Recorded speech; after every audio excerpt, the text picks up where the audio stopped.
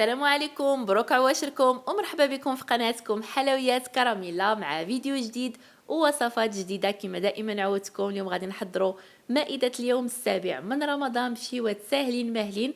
غادي نبداوها بهاد البسبوسة طبقات كتجي رائعة جدا. نغيروا هكذا من التحليات اللي دائما كنحضر معكم. غادي نحضروا ايضا بعجينه واحده هاد لي ميني كيش مع واحد الفطيره اولا واحد المسمنه كبيره اللي كتجي مورقه وكتجي لذيذه بزاف وطريقتها سهله. كنتمنى فعلا ان الوصفات كلها ديال اليوم تنال اعجابكم وانكم تجربوهم كما دائما كتجربوا وصفاتي. وبطبيعه الحال الا عجبكم الفيديو ما تنسونيش من لايك وايضا تشاركوا في القناه الا مازال ما مشاركينش مع تفعيل الجرس باش دائما توصلوا بجديد الوصفات. ما نطولش عليكم، خليكم على المقادير وطريقه التحضير وفرجه ممتعه. وغنبداو بسم الله على بركه الله بالعجينه ديال الفطائر اللي غادي نحضروا منها جوج ديال المملحات. هنايا خديت واحد 600 غرام ديال الدقيق، غادي نضيف ليها معلقه صغيره ديال السكر، معلقه صغيره ديال الملحه، عصره ديال الحامض اولا ديال الخل، من الاحسن يكون الخل. وهنايا غادي نضيفوا واحد جوج معالق كبار ديال الزيت العاديه النباتيه. وغادي نجمعوا العجينه ديالنا بالماء، سواء الماء يكون دافي او لا بارد. دافي من الاحسن باش هكذا العجينه ديالكم دغيا كتعطيكم الطوع ودغيا يعني كترطب ما كتبقاش قاصحه. صافي هنايا غنبقاو نضيفوا الماء بالتدريج حتى كنجمعوا العجينه ديالنا. كتكون بهذا القوام هذا كما كتلاحظوا، يعني كنتيستيو العجينه ديالنا دائما باليد الاخرى باش هكذا كنعرفوا بانها يعني ما كتلصقش في اليدين. صافي وغادي نغطيها ونخليها ترتاح باش كتسلق مزيان. هنايا في مقله درت الفلفله خضراء وحمراء مع البصله وشويه ديال الزيت وخليتهم حتى كيتشحروا مزيان. هنا غادي تشوفوا معايا حاطه التليفون حدا المقله، راه كنت دايره واحد اللايف مع البنات في الانستغرام، فكنت كنحضر معاهم هذه الوصفه هذه، يعني كانوا كيشوفوها معايا. صافي هنايا غادي ضفت هنايا الكفته. هنايا بالنسبه للكفته استعملت الكفته ديال الدجاج، ممكن تستعملوا كفته عاديه يعني ديال اللحم، كيبقى لكم الاختيار.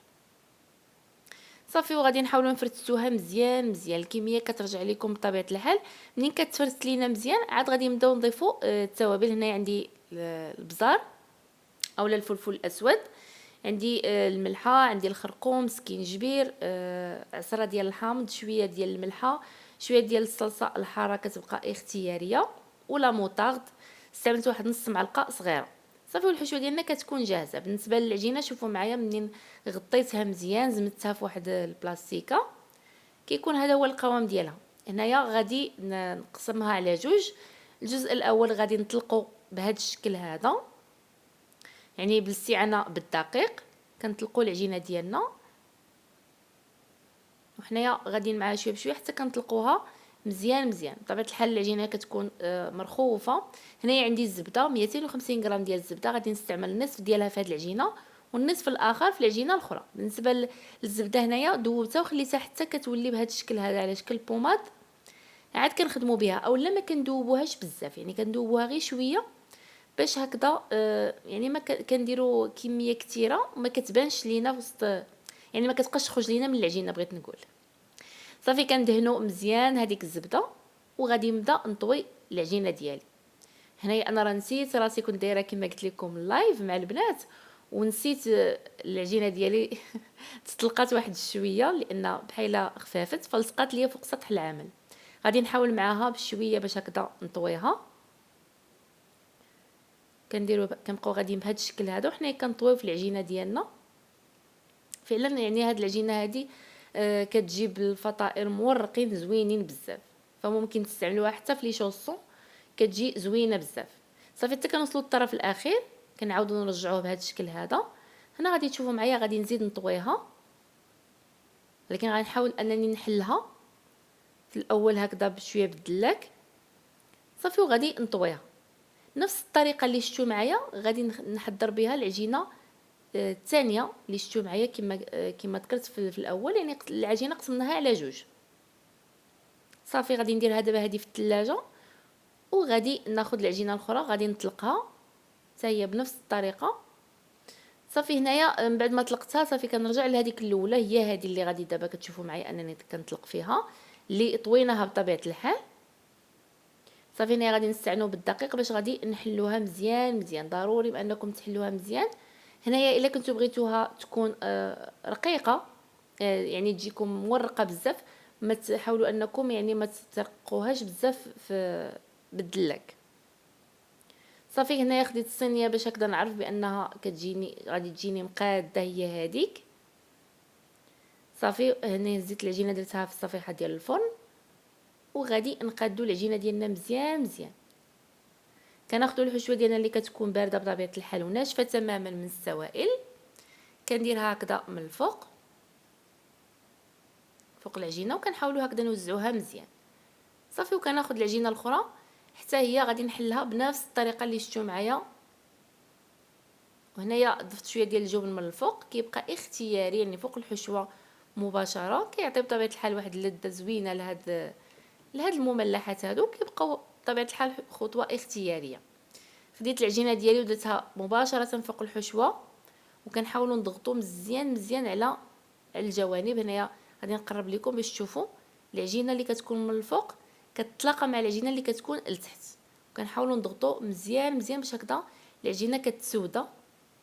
وبالنسبه لهداك الزوائد كنحاول نقطعهم مع ديك الحافه ديال الصينيه باش هكذا يعني العجينه ديالنا كتثبت مع بعضياتها بهذا الشكل هذا. كنحيد العجينه كامله صافي. وهنايا هي الفطيره ديالي ساهله ماهله دغيا كتوجد. هاد الفطيره هذه راها كتشبه واحد الاكله جزائريه سميتها كوكا تقريبا بحالها، ولكن الحشو بطبيعه الحال كيختلف، يعني ان هي الحشوه كتبقى كتختلف، حتى الطريقه ديال العجينه كتختلف شي شويه.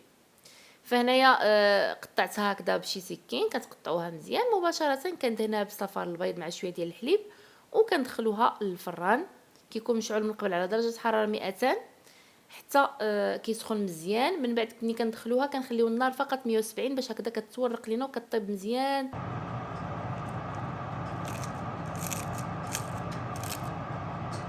وهنايا باش ما نطولش عليكم، راه نفس العجينه اللي حضرنا بها هي اللي غادي نحضروا بها هاد لي ميني كيش.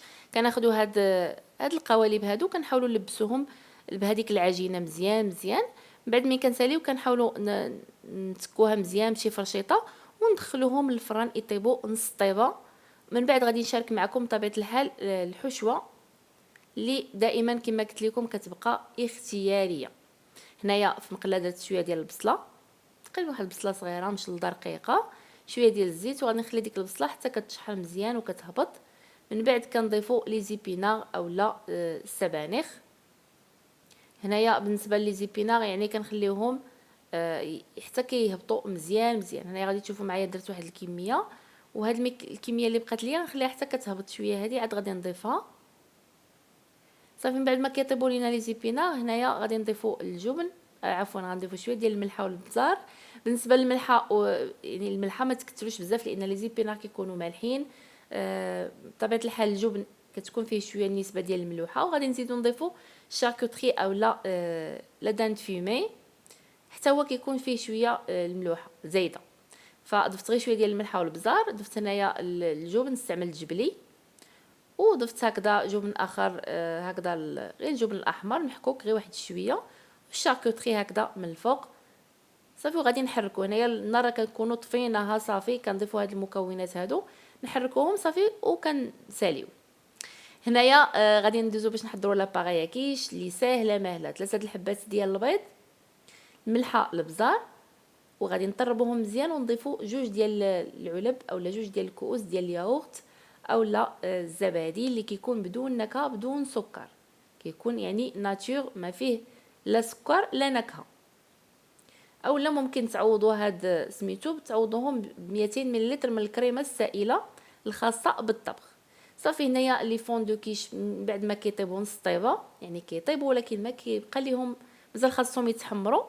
صافي كنضيفوا ديك الحشوه ديالنا وكنزيدوا هنايا شويه ديال هذيك لاباغاي من الفوق. هنا غتشوفوا معايا لاباغاي كيش حضرت كميه كبيره حيت انا حضرت من هاد لي كيش هادو كميه كبيره. كما قلت لكم كما دائما كنقول لكم انا عائلتي كبيره، فدائما كنحضر كميه اللي هي كثيره. فهنايا غادي تشوفوا معايا كنديروا كميه من هذيك لاباغاي صافي. وغادي نزيد كميه من الجبن هكذا من الفوق وندخلهم فقط غير كيتحمروا وكطيب لينا هذيك لاباغي كيشد غير راها كطيب، ما كتاخذش واحد الوقت اللي هو طويل صافي. وكنخرجوهم صافي. ودابا غادي ندوزو باش غادي نحضروا البسبوسه.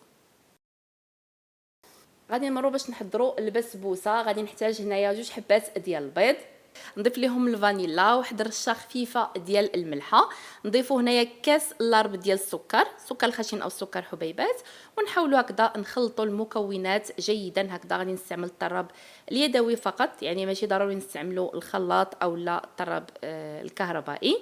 وغادي نضيفوا كاس ديال الزيت ما يعادل 150 ملل، نخلطوا مزيان المكونات ونضيفوا كاس ديال الحليب حتى هو نفس القياس 150 ملل. نخلطوا مزيان المكونات صافي. وغادي نبداو باضافه السميد اولا السميده الرقيقه اللي كنحضروا بها الحرشه وايضا البسبوسه. هنايا السميده الرقيقه استعملت 2 كيسان مع 2 اكياس من خميره الحلويات ما يعادل 16 غرام. ضروري نغربلوا المكونات جيدا وغادي نبداو نخلطوه. هنايا ضروري نحصلوا على واحد الخليط اللي كيكون سائل نوعا ما. غادي تشوفوا معايا القوام ديالو كيفاش كيكون، يعني ماشي سائل بزاف ولكن تقريبا، لان غادي نخليو غير واحد شويه دغيا كيشرب. هنايا غادي ناخذ واحد المول، استعملته يكون مربع، اختاريته يكون مربع، غادي يكون فيه 21 سنتيم على 21 سنتيم، دهنته بالزبده ورشيته بالسميده. غادي نقسموا الخليط ديالنا على 2. الخليط الاول كنوضعوه في المول وكندخلوه للفران حتى كيطيب. غادي نحضروا الكريمه اللي غادي نحتاجو فيها نص لتر ديال الحليب. هنايا عندي 3 ديال المعالق كبار ديال النشا، وممكن تعوضوها ببودره الكريم باتيسير او الكاسترد، لكن هاد الطبقه غتجيكم صفراء الا درتو بودره الكريم باتيسير. عندي الفانيلا، عندي 3 ديال الاكياس، 3 ديال المعالق عفوا ديال السكر، 5 ديال القطع ديال الجبن، استعملت غير الجبن العادي يعني لافاش كيري اللي كيكون مثلث. نخلطوا مزيان المكونات ونضعوا الكريمه ديالنا فوق النار مع التحريك المستمر حتى كتعقد بهذا الشكل هذا، كتولي لينا عاقده. كناخذوا واحد 2 كؤوس ديال الياغورت. هنايا استعملت ياغورت يعني كريمي اللي كيكون بالنكهه ديال الجبن، استعملت هنايا بيرلي. غادي نضيفوا 2 ديال الكؤوس، والكريمه ديالنا بطبيعه الحال كتكون سخونه، ونحركوا مزيان حتى كينسجموا المكونات مع بعضياتهم. في هذه المرحله هذه صافي الطبقه ديال البسبوسه كتكون قربت انها طيب، يعني عاد كنوجدوا هذه الطبقه هذه ديال الكريمه باش ما تجمدش لينا. صافي من بعد هنايا كنوضعوا الطبقه ديال الكريمه فوق الطبقه ديال البسبوسه اللي كتكون طابت كما كتلاحظوا بهذا الشكل هذا، ونحاولوا هكذا نوزعوها مزيان ونعاودوا نرجعوها للفران. هاد المره غادي نشعلوا غير من الفوق. المره الاولى شعلنا من الفوق ومن التحت باش طيب لنا الطبقه ديالنا من الفوق ومن التحت. هاد المره غادي نشعلوا غير من الفوق باش طيب لنا الطبقه ديال الكريم صافي. وغادي هنايا من بعد ما كطيب لنا ديك الطبقه كنرجعوا للجزء الثاني ديال الخليط ديال البسبوسه، كنضيفوا ليه شويه ديال الحليب كما كتلاحظوا ثقال شي شويه صافي. غادي نخلطوا مزيان. هنايا ضروري كتضيفوا شويه ديال الحليب باش هكذا الخليط ديالنا كيعاود يرجع للقوام ديالو اللي كان عليه في الاول صافي. وغادي نخرج هنايا البسبوسه ديالي، شوفوا معايا الكريمه راه كتكون شدات راسها. هنايا غادي نوضعوا الخليط ديال البسبوسه اللي ضفنا ليه شويه ديال الحليب، ونعاودوا نرجعوا البسبوسه ديالنا طيب. هاد المره غادي دائما يعني بحال الطبقه الثانيه غادي نشعلوه غير من الفوق على 180 درجه. كنخليوها الطبقه هذه ما كتاخذش واحد الوقت اللي هو طويل، تقريبا واحد ربع ساعه كتكون شدات راسها صافي. من بعد ما كطيب هنايا كنحضروا القطر. بالنسبه للقطر انا يعني حضرته قبل ما نحضر البسبوسه، لكن هكذا باش يبقاو المراحل مقادين خليته حتى للتالي. ضفت هنايا 2 كيسان ديال الماء مع كاس ديال السكر وواحد طونش ديال الحامض. كنخليهم كيغليو حتى يبدا يغلي لينا. كنخليوه تقريبا واحد 10 حتى ل 15 دقيقه حتى كنحسوا ان السيرو ديالنا ثقيل، ضروري حتى كيتقل مزيان. البسبوسه كتكون سخونه والقطر ديالنا كيكون بارد مزيان. كنوضعوا القطر ديالنا ونخليو البسبوسه ديالنا كتشرب مزيان هذاك القطر، عاد نزينوها. وهنايا بالنسبه للتزيين كيبقى اختياري بطبيعه الحال. هنايا بالنسبه للتقطاع انا قطعتها على شكل مربعات، وانتم ممكن تقطعوها بالطريقه اللي بغيتو بالشكل اللي بغيتو وبالحجم ايضا اللي بغيتو نتوما. هنايا زينتها انا بشويه ديال الكوك هكذا، زينت غير النصف هكذا بهذا الشكل هذا. كيبقى هكذا طريقه هكذا في التزيين سهله وفعلا كيجي بها المنظر ديال هذه البسبوسه هذه زوينه بزاف. فعلا هاد البسبوسه ضروري ما انكم تجربوها لان فعلا كتجي رائعه جدا. وبغيت هكذا نغير من الطريقه العاديه ديال التحليات. حتى هذه تحليه فيها كريمه اللي هي زوينه بزاف. بالنسبه لهاد لي كيش هادو ديجا حضرتهم معكم بواحد الحشوه اللي هي بارده، غنخلي لكم الرابط اسفل الفيديو. وهادو اللي حضرنا بلي زيبينار حتى هما.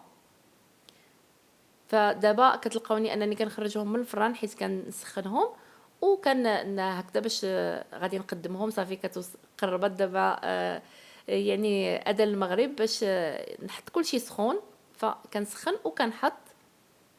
صافي بالنسبه لهاد الفطيره هذه حتى هي اللي حضرنا اولا هاد المسمنه كبيره، حتى هي كتجي مورقه كتجي لذيذه بزاف. وكما لاحظتوا طريقتها سهله. كنتمنى فعلا ان الوصفات كلها ديال اليوم تنال اعجابكم وانكم تجربوهم كما دائما كتجربوا وصفاتي. شكرا لكم بزاف على الدعم والتشجيع، وايضا على تعليقاتكم اللي دائما كتخليوها لي اسفل كل فيديو. وطبيعه الحال عجبكم الفيديو ما تنسونيش بواحد لايك، وايضا تشتركوا في القناه الى مازال ما مشتركينش مع تفعيل الجرس باش دائما توصلوا بجديد الوصفات. نتلاقاو في وصفات اخرى ان شاء الله، ومع السلامه.